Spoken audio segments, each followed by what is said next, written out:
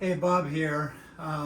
It's Friday afternoon, about 2 o'clock, and it's June 28th, 2024. Anyway, I am about to bend some sides, Brazilian rosewood, and I'm selecting some sides for two guitars. And I've chosen one set which I've milled down to the final size right here. And got a couple of more sets in the background here, which you can see are considerably long for sides. And I'll choose between these two sets for one of the other two guitars. They're interesting sets. And right now, I'm bending these at 2 millimeters thick. These ones are a little thicker right now. I've got to sand them down a little bit more. But these are 2 millimeters thick.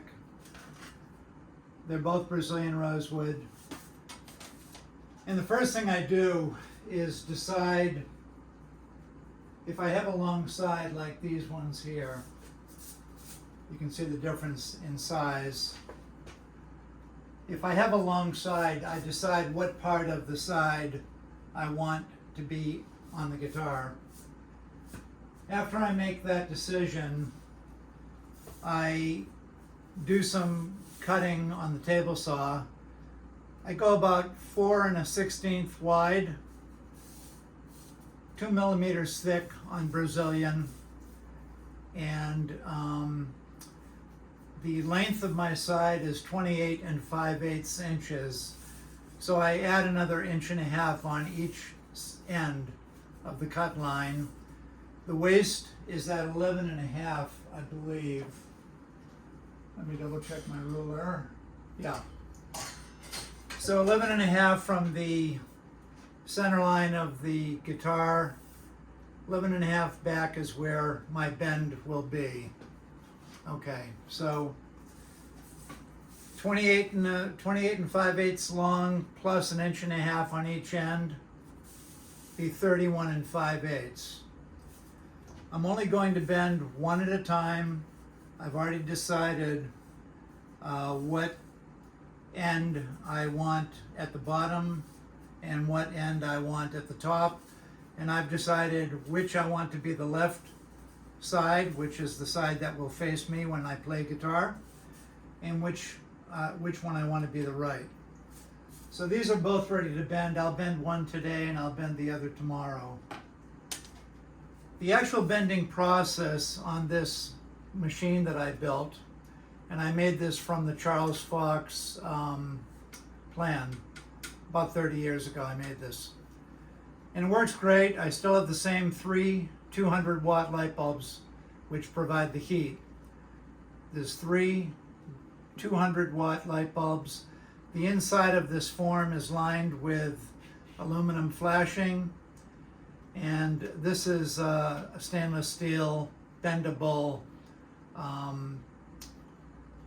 steel here, which the wood will actually go in between these two slats.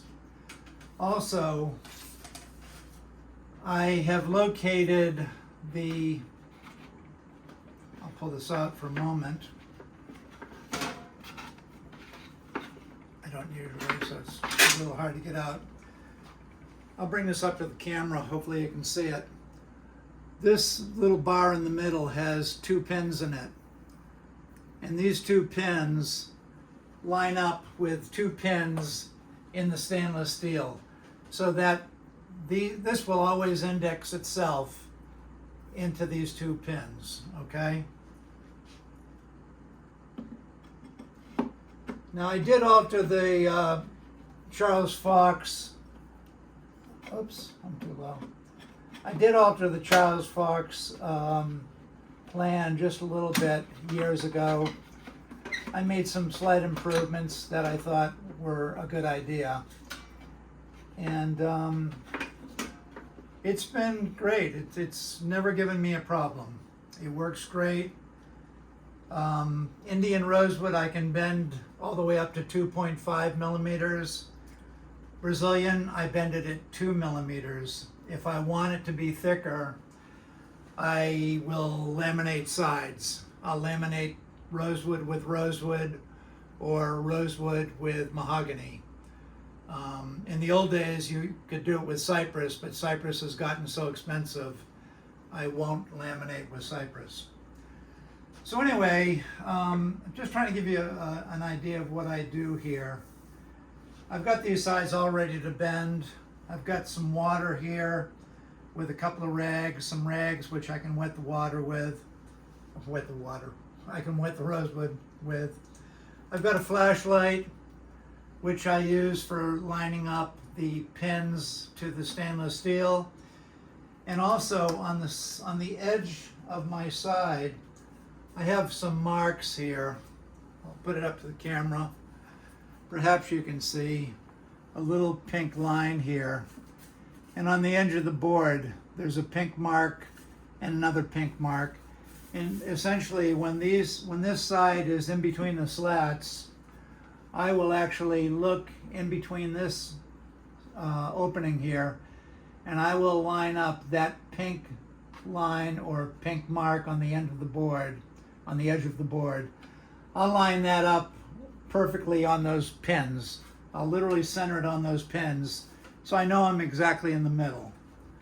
I know that, I shouldn't say in the middle.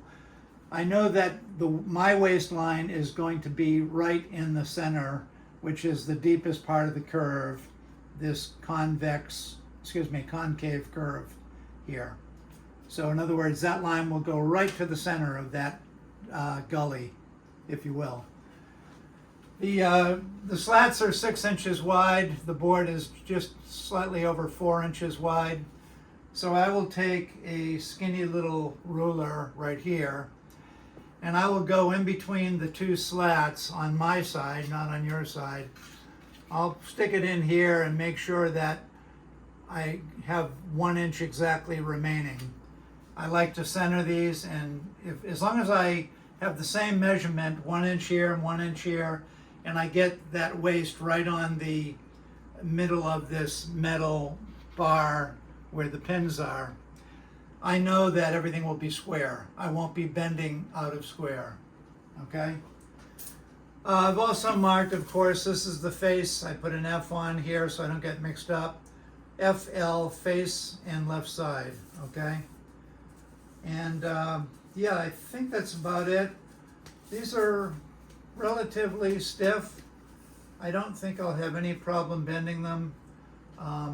It's nice rosewood. It's Brazilian. It's very old. It's probably over 100 years old. And anyway, so on to the bending part. I'm going to start, and I've also got some gloves here so I don't burn my hands. And I will say one thing. A lot of people are using warming blankets now, heat blankets, and not doing it this exact same way with the light bulbs and so on. And that's great. If that works fine for them, it may be better than what I do. It doesn't really matter. But I know that over 30 years, this method works, and I just stay with it. I bend one side at a time. I go through a couple of heating cycles, and I'll explain that to you. Trying to think. You might ask, well, Bob, how long do you allow the heat to, hit the wood and so on? Well, once I finish securing everything, I will give it usually another 10 minutes beyond that point. And I'll explain as I go through this system of mine. I do have a timer on this side. You can't see it. It's a little timer. It goes from 0 to 60 minutes. I never really ever go past about 25 minutes on this thing. It gets very, very hot. And so the first thing I'll do, you'll hear the timer start to tick. I'm going to double check the video here and make sure it's running. Yeah, okay, we're at 10 minutes already. So this is going to be a long one, but the actual bending process doesn't take that long. Okay, I'm looking here to make sure I have everything I need, and I do. Okay, so I start really by putting on a glove. I usually just put one on at this point. I will say the beginning of this is a little tricky because I've got to get this in between these slats, and then I've got to line it all up. And it's not hard. It's just, you know, kind of tricky, but it's not a big deal. It works very quickly. And I'm not in any hurry during this whole process. I'm not trying to rush it. It's not like, you know, gluing or something. It's not like glue starting to set or anything like that. Nothing like that. So we're going to start by turning on these lights. And I'm just going to turn the timer to like 30 minutes because it's not really going to matter. You can see these lights now down here where my hands are. And if you listen, you can hear it ticking. Next thing I'm going to do is take one of these rags, and I am just going to wet the wood.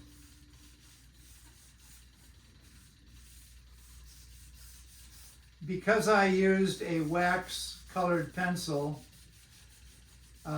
it doesn't come off. The chalk will come off, but the wax pencil won't. And I'm going to do the other side as well. And I'm being pretty generous with this. I want to get it wet, but I don't want to get it too wet. In other words, I don't want to submerge it. I used to submerge these in a tank, and I found out it wasn't necessary. And I would submerge them in a tank of boiling water. Okay, so the wood is plenty wet now. That's it. Now, here we go. I'm going to pick up the slat, stick these in between. Not too worried about lining everything up yet. Just want to get the slat in there. Get my flashlight. Flashlight really helps here.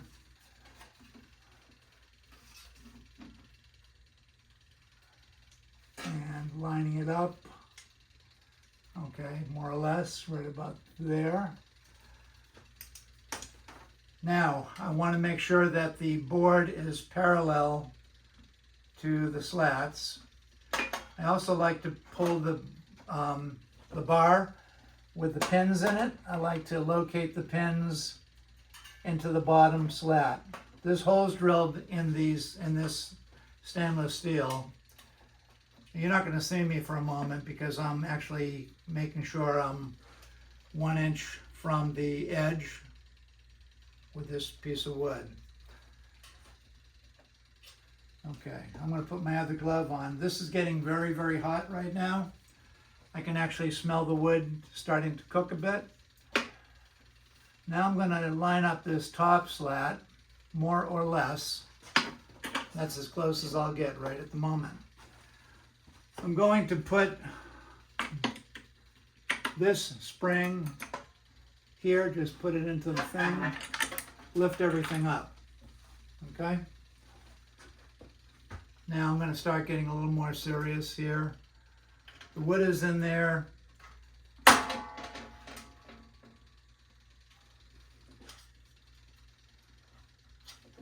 Okay. Now I'm going to line everything up. I'm going to crank this screw down a bit and line up the top piece of stainless steel.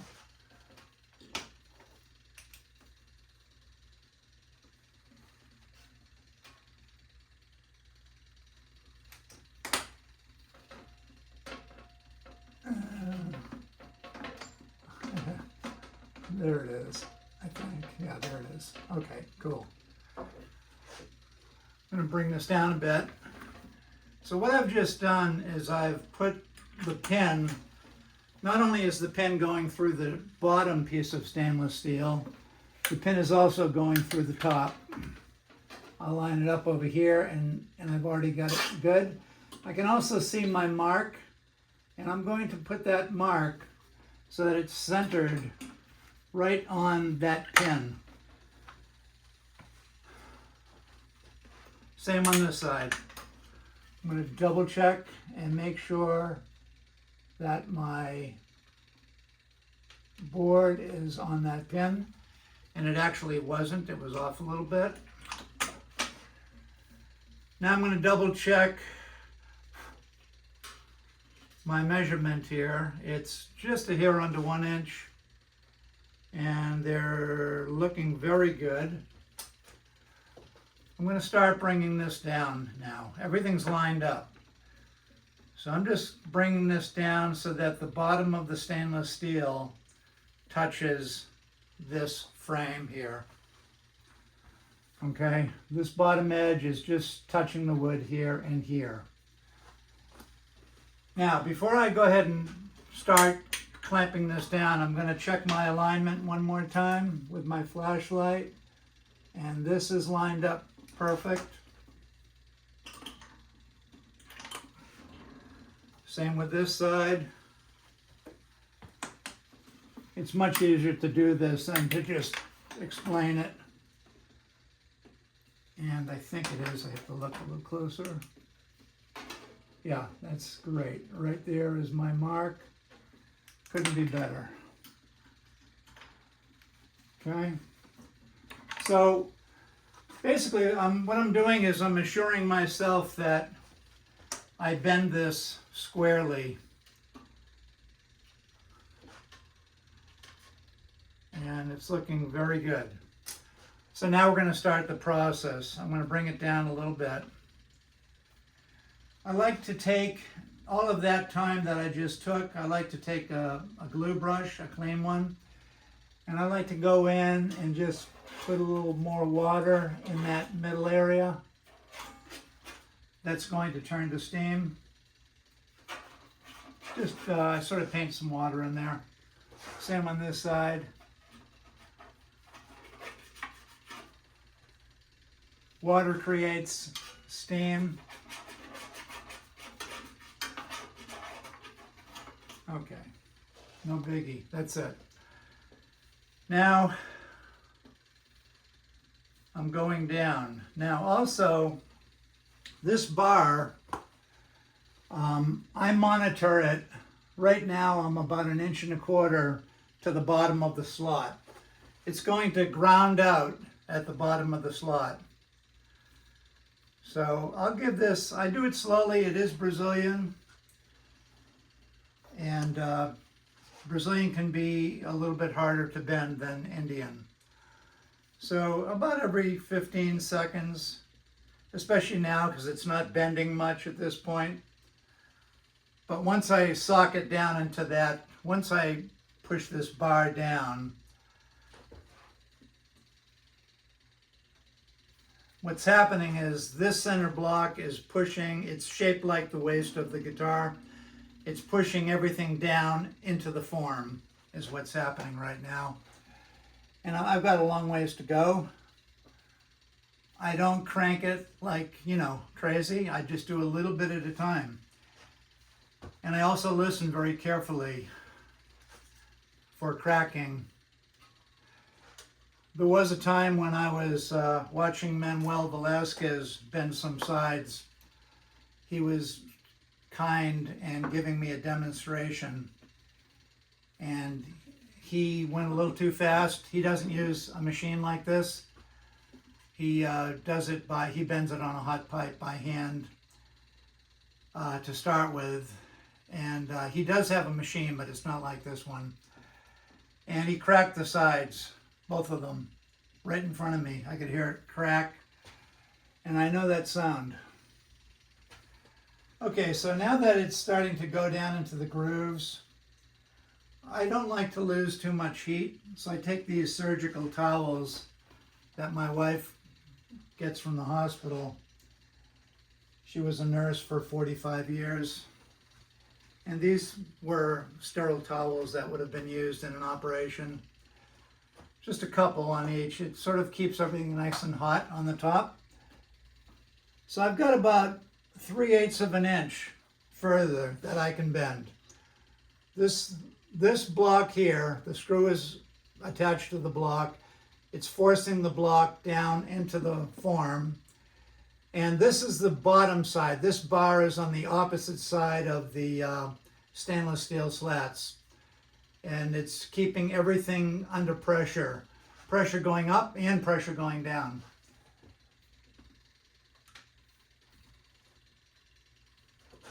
So another thing I do, I've got about maybe 5/16 of an inch to go down further.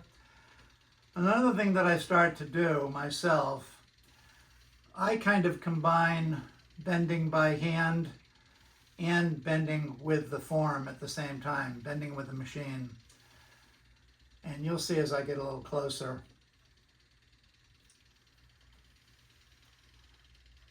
I'm sort of pre-bending it. And of course you heard a little crack there. I don't think that was anything to worry about. It's too far from the waist, but I'll check.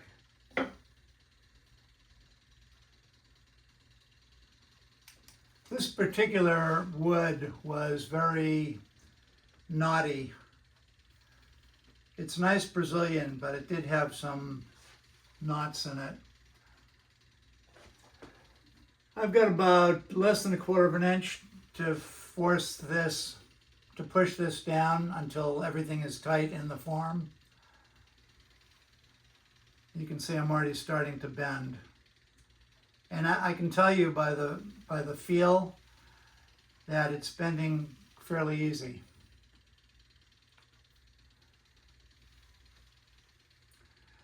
So I've chosen 2 millimeters to bend the Brazilian. The side thickness has quite a bit to do with how a guitar sounds in the end. It has a lot more to do with it than a lot of people think. So I'm turning it a little bit.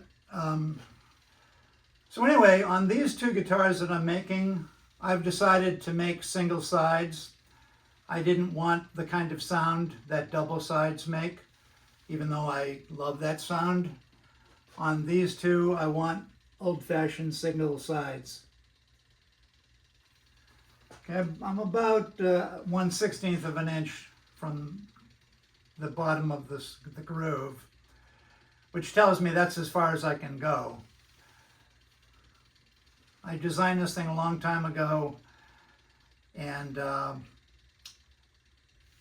you might say, well, what does the bar have to do with anything? Well, it's just the way I designed it. It's hard for me to explain it, but the form has a slot cut out in it, and this bar goes down into that slot. When the bar is all the way down, so is the force of this thing. You can't push it any further.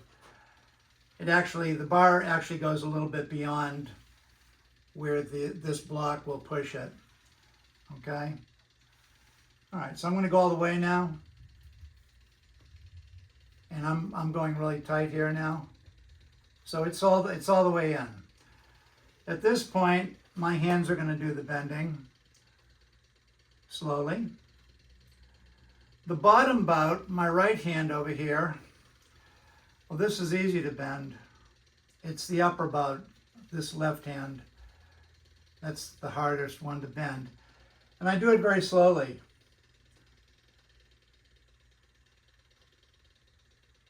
The one thing I don't want to hear is cracking. And because the Brazilian rosewood side is quite thin, 2 millimeters, and it's in between 2 pieces of stainless steel, cracking a side is really quite impossible to do with this machine. You can crack bindings bending in here, but bending a side is, I've never had one crack. Okay, so you can see I'm getting to the point where it's very malleable. My timer is saying about 12 minutes, and I started at about 30. So it's been over 15 minutes that this wood has been in this machine.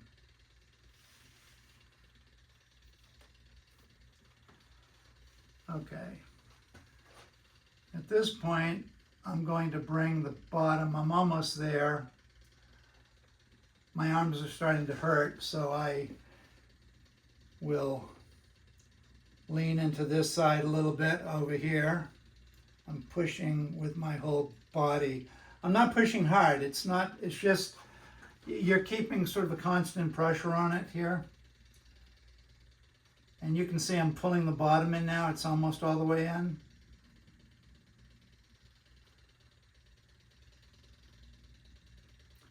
Maybe boring to watch. Okay, bottom's in all the way. The lower bout. So I'll hold that for a moment while I push the upper bout in. Okay, the upper bout's in all the way. So now you can see the entire shape of the guitar has been achieved here. We've gone from a flat board to a guitar-shaped, half guitar-shaped, side. The only other thing I have to do is I have a spring-loaded system where I tighten everything up and then I tie the bottom off with strings.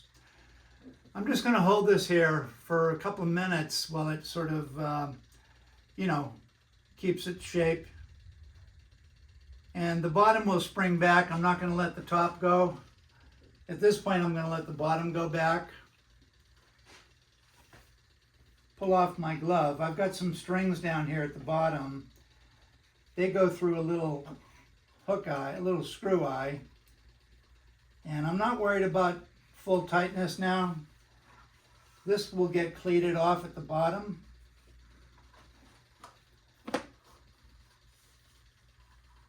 And I'll keep it tight.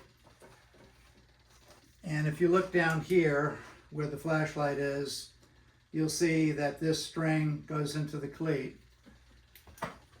I'm going to put this back, and the one thing I forgot to do, and it's kind of funny because I have the things that I need in the other room. I'm going to leave you for just 1 second.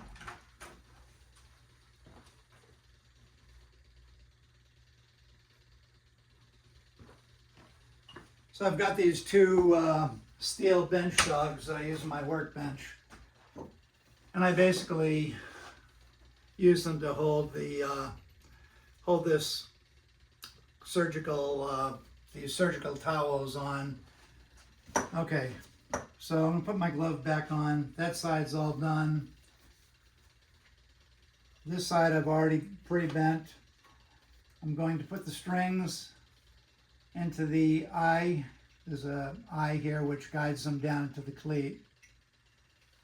There we go. And just gonna rebend this by hand a little bit. The other side's cooking nicely. I can smell the Brazilian rosewood. Those of you who have worked with Brazilian rosewood before know the smell I'm referring to. It's kind of like a cocoa smell, somewhere between cocoa and chocolate, and maybe even coffee or some type of chocolate coffee.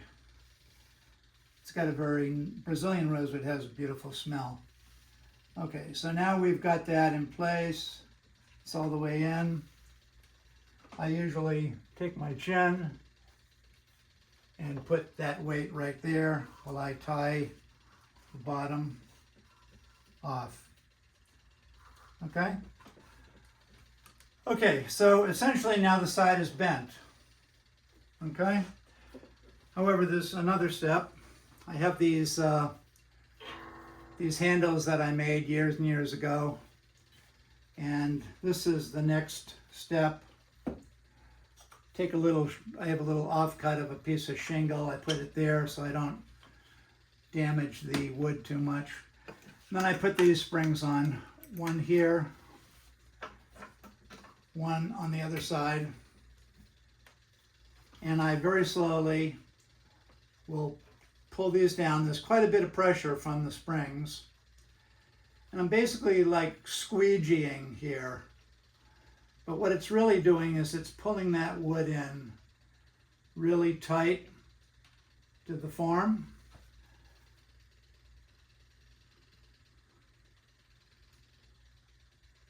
It's just a very slow thing. I'm not in any hurry. I go just to the end of the form, and in case you're wondering, the wood goes about an inch beyond the form. Okay, after I do that, I put the towels back, and it's just the way I do it. You know, we all have our little idiosyncrasies. I like this to remain really hot up here. And then I have a steel bench dog from my workbench that is right here in front of us. And this is just kind of like a blanket to keep everything nice and warm. Now I'm going to do the same to the other side. And where did I put it? Oh, here it is. Take this little shingle again. It just protects this little handle deal thing, this pressure handle, let's say. There's some nuts here that the blocks were attached with, and it just keeps the end from getting chewed up from the nuts and the bolts.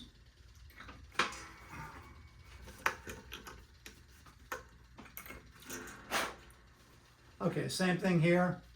And this is hot. I just touched the edge of that with my arm. It's quite hot. Now, I could do this really fast. I choose to go really slow. Ouch. Some steam just came out and burned my finger. That tells you how hot it is.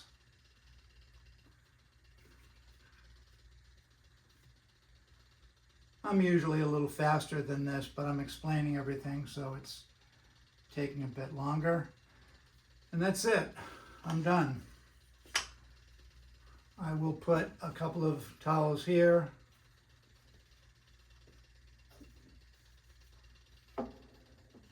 And I'll throw a couple more on.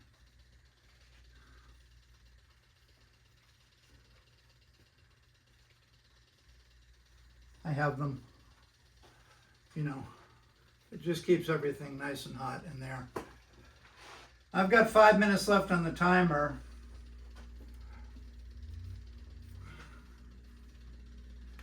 And probably the very last step, if I want, is to retighten the rope at the bottom. But it's not really necessary. That's already pretty tight. Now I'll leave this for probably 5 to 10 more minutes. It's at 5 right now, 6. I'll let it finish its cycle to the end. It's super duper hot.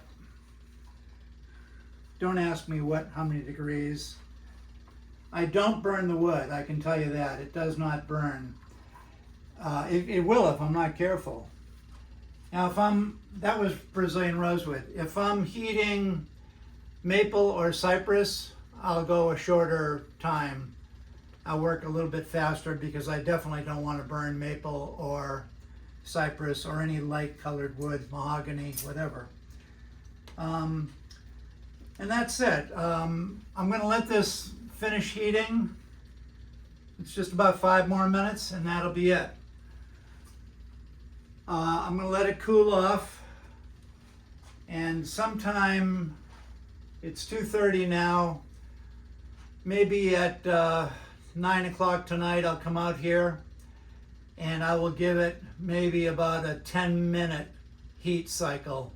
I'll just turn the lights on for 10 minutes and I'll kind of wiggle it a little bit, make sure everything, sometimes you'll hear a little creaking because the juice comes out of the rosewood and it sticks to the stainless, and if you push on it, you'll hear it like crack. It makes a cracking sound.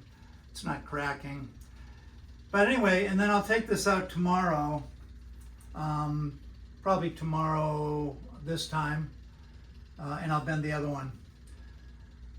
Typically, rosewood will typically stain the stainless steel slats inside where the rosewood is touching the 2 slats. And I take the slats into the kitchen, take a little bit of Ajax, the powder that you can sprinkle on. And I take a sponge and I'll just clean off any stain that gets on the stainless steel. I should say, before I do that, I actually do start with lacquer thinner. I forgot. I'll take some lacquer thinner right here. I'll take the slats out, just wipe off the stain with the lacquer thinner, and then I'll clean in the kitchen, especially if I'm doing a light colored wood, like cypress or maple, mahogany. I don't want any of that stain that gets onto the stainless steel. I don't want it transferring to the wood. Okay? And this will yield a side that is not burned. It will be perfectly shaped. It's a single side, so it's going to be a lighter instrument. It's not going to be super heavy like some of my instruments. I'm sort of heading back in the direction of going light again. I'm kind of at the end of my building days, 69 years old, and I don't plan on continuing until I'm 100 or anything like that. I've had a fun time with it for the last 32 years. I'm not quite ready to stop, but I'm heading in that direction. So normally I build 4 or 5 guitars at a time, and this time I'm only building 2. They're both going to be Brazilian rosewood. One has a spruce top, the other has a cedar top. They're going to be Hauser-like guitars, okay? And that's it. I will take this out tomorrow. I might make a little video of that as well. It'll just be a short video of taking it all apart and pulling the side out and so on.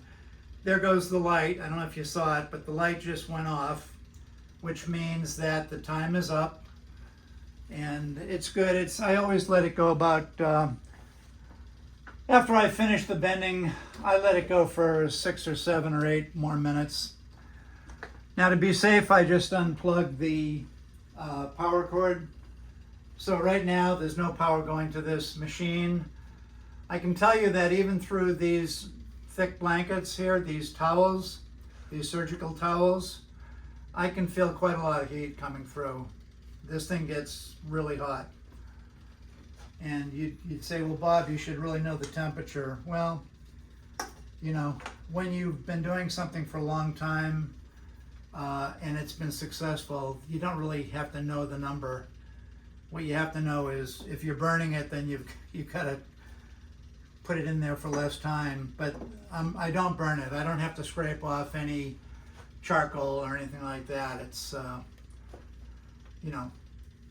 it's pretty simple. And I've been doing this, like I said, about 30 years. After building my first guitar, which I bent the sides by hand on a hot pipe, an electric pipe, the standard electric pipe, I thought to myself, there's got to be a better way to do it.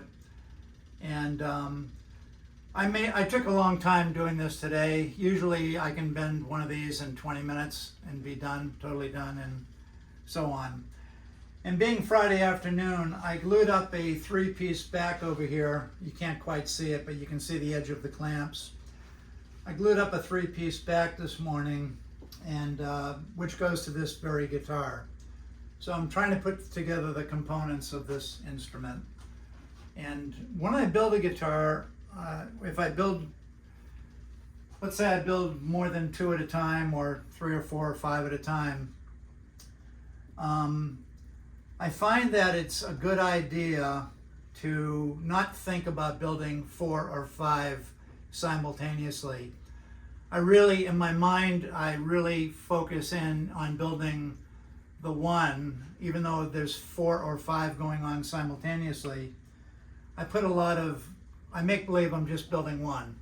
So that way I give it a lot of attention. It's not just a haphazard, oh, here goes another guitar, like making cookies in the oven. It's not like that. Every single guitar I think very carefully about. Like I said, I decide which is going to be up and down and left and right. And to the point that I selected enough rosewood for 3 guitars, and now I've got 2 more here, and I still need to decide which of these sides are going to go to the 2 other backs that I have, which I haven't glued together yet. And I'll have to decide. Right now I'm thinking about using this set right here. It's a little less dangerous. This side's got some real funky stuff going on. It's really pretty, but you know, whenever you see these funky lines here, when you hit them with finish, it means that it's going to, you know, give a funny iridescence in the finish.